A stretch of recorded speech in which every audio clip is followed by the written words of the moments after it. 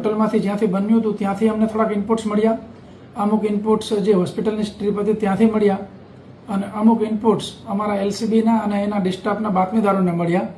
એના આધારે 2 આરોપીને પકડી અને પૂછપરછ કરવામાં આવી.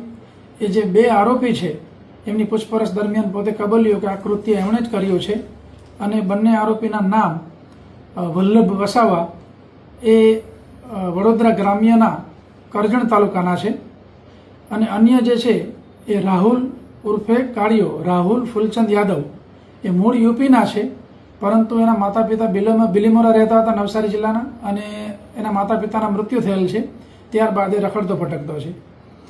આ બંને અને જે કૃષ્ણા છે એનો પ્રેમી શોએબ અને કૃષ્ણા, આ 4 લોકો ફરતા અને આ ખાસ કરીને આ 3 જે પુરુષો છે એ રાત્રે કોઈ વ્યક્તિ સૂતા હોય તો એમની પાસે કોઈ પણ વસ્તુ હોય તો એના ખિસ્સામાંથી સરકાવી લે એ પ્રકારની ગુનાહિત પ્રવૃત્તિ અને એ પ્રકારની એમોવાળા વ્યક્તિઓ હતા.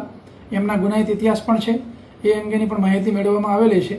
અને એ સિવાય આ આરોપીઓને પકડ્યા બાદ એમની પાસેથી 22 જેટલા મોબાઈલ અને 3 જેટલા બાઇક જે અલગ અલગ જગ્યાએ એ લોકોએ ચોરી અને કોઈને રાખેલા હોય એ પ્રકારના રિકવર કરવામાં આવેલા છે. અને હાલ અમે આ આરોપીઓએ મર્ડર કર્યા બાદ કઈ કઈ જગ્યાએ ગયા હતા એ તમામ પ્રકારની તપાસ કરી રહ્યા છીએ.